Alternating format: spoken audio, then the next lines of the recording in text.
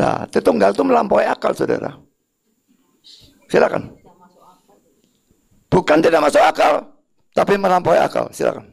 Oke, sekarang kalau Bapak bilang melampaui akal, tubuhnya Yesus itu termasuk bagian dari Trinitas atau bukan, Pak? Silakan, Pak. Tidak, silakan. Jadi tubuhnya Yesus bukan Tuhan, silakan, Pak. Bukan, silakan. Jadi pada waktu Yesus berjalan-jalan di atas bumi ini, Yesus itu Yesus yang mana, yang Tuhan, yang mana yang manusia, Pak? Silakan, Pak. Yang kelihatan oleh orang-orang yang lain itu manusianya. Tapi keilahiannya tidak terkungkung di dalam manusia Yesus, tapi memenuhi langit dan bumi karena dia maha ada. Silakan. Nah, kalau begitu, kalau Bapak bilang Yesus itu ilahinya tidak kelihatan oleh manusia, ya, yang namanya satu pribadi itu terdiri dari tubuh, jiwa, dan roh, atau roh aja, Pak? Silakan, Pak. Satu pribadi, silakan. Saya tidak percaya pada tubuh, jiwa, dan roh ya. Saya percaya tubuh, jiwa, atau roh. Silakan. Oh, jadi jiwa sama roh itu sama atau beda, Pak? Bagi Silakan, saya Pak. iya, silakan. Jiwa itu kesadaran, Pak, bukan roh, Pak. Jadi kalau rohnya Yesus terpisah dari Yesus, Yesus mati kan, Pak? Ini Yesus sebagai manusia, Pak lah. Bentar, sebelum selesai, Pak. Manusia. Sebelum selesai. Jadi pada waktu rohnya Yesus terpisah dari manusia, sebagai pribadi, Yesus kan mati, Pak. Ya kan? Sebagai Tuhan, di 1 Timotius 6 ayat 16, dikatakan bahwa yang namanya Tuhan tidak mengenal atau tidak takluk akan maut. Yesus pernah takluk akan maut nggak, Pak? Silakan, Pak. Yesus sebagai manusia saja yang takluk kepada maut. Sebagai Allah, dia tidak bisa mati. Karena dia tidak bisa mati, dia harus menjadi manusia supaya bisa mati. Tapi manusianya yang mati, bukan ilahinya. Ilahinya tidak bisa mati. Silakan. Jadi Yesus punya switch gitu, Pak? Kapan jadi manusia, kapan jadi Allah gitu, silakan. Tidak ada switch. Dia sungguh-sungguh Allah, sungguh-sungguh manusia. 100% Allah, 100% manusia. Tapi bukan jadi 200%, tapi satu pribadi. Silakan. Satu pribadi itu kan ada tubuh, ada roh.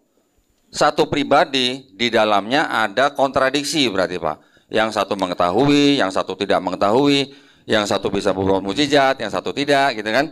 Yang satu maha suci, yang satu tidak maha suci. Berarti ada kemustahilan di dalam satu pribadi. Yang namanya Tuhan itu juga kita tahu pasti maha melihat. Tetapi tidak mungkin pada saat yang sama dia juga maha buta. Silakan, Pak. Saya kira saya sudah berhasil mengajari saudara kristologi sebagian. Omongan saudara benar. Yesus itu maha kuasa dan lemah. Maha tahu dan tidak maha tahu. Tidak terbatas dan terbatas. Karena dia sungguh-sungguh Allah, sungguh-sungguh manusia. Silakan. Nah, berarti yang Bapak ajarin itu adalah ajaran yang tidak masuk akal. Kalau Bapak tadi bilang melampaui akalnya itu bisa diartikan tidak menggunakan akalnya, maka dilampaui gitu, Pak. Silakan, Pak. Baik Tritunggal maupun kristologi itu kita belajar tentang Allah. Justru kalau itu melampaui akal, itu masuk akal.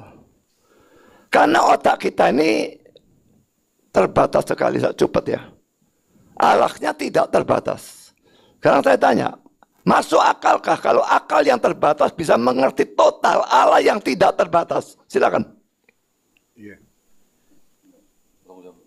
Oke. Jadi ini kan ngomongin Trinitas tadi berarti Pak Budi ya? Bapak kalau ngomong tidak jelas ya.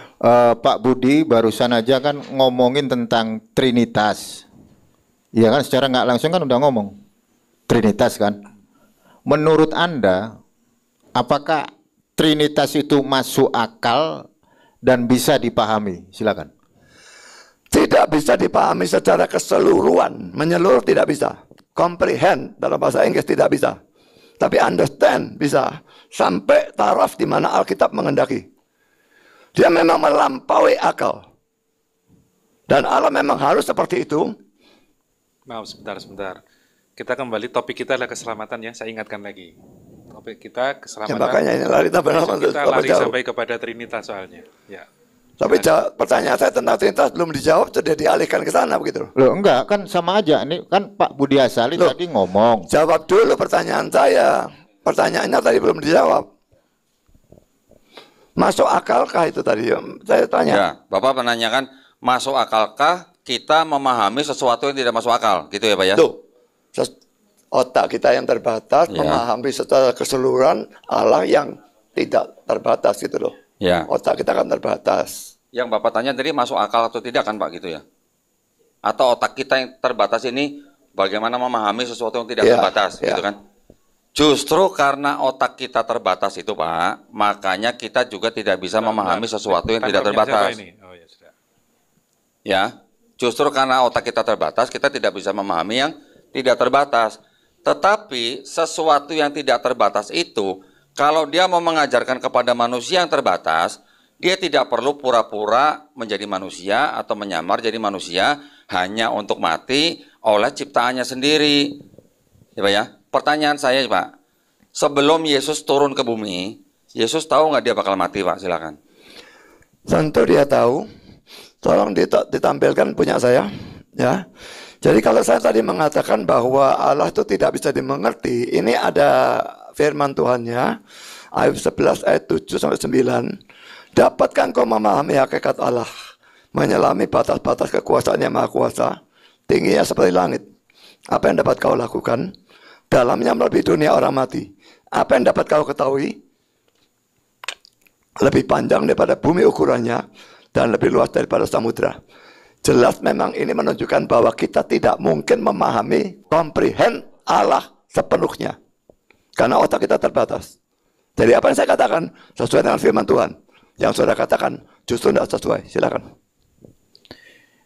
Ya, jadi konsep ketuhanan Pak Budi Asali, apakah Pak Budi Asali bisa menjelaskan? Terkait dengan tadi pertanyaan saya kan langsung Bapak jawab diarahkan ke Trinitas kan gitu.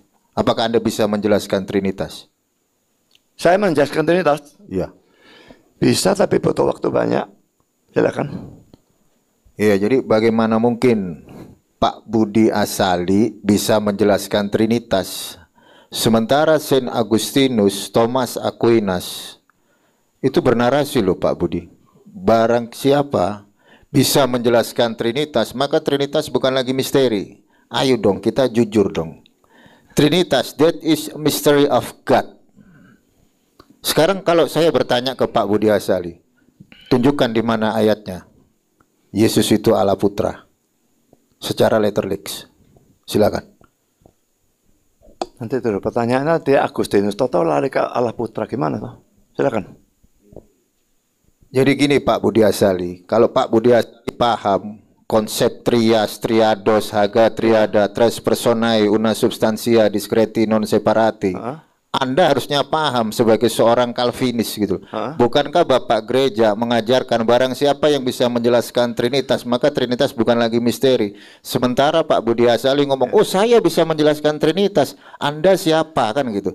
Kan lebih besar Bapak Gereja daripada Anda. Sama halnya dengan Deki Ngadas ngomong seperti itu. Anak saya aja bisa jelasin Trinitas. Berarti Saint Agustinus, Thomas Aquinas bohong dong. Bukankah Bapak Gereja itu kan udah paten? Mulai dari magisterium, katekismus gereja Katolik, semua dijelaskan Pak. Jadi ayo kita jujur, kalau misal ada, saya bertanya, Pak bisa ngejelasin nggak Trinitas? Oh nggak bisa. Kenapa? That is a mystery of God. Selesai Pak. Nggak usah dikarang, nggak akademis.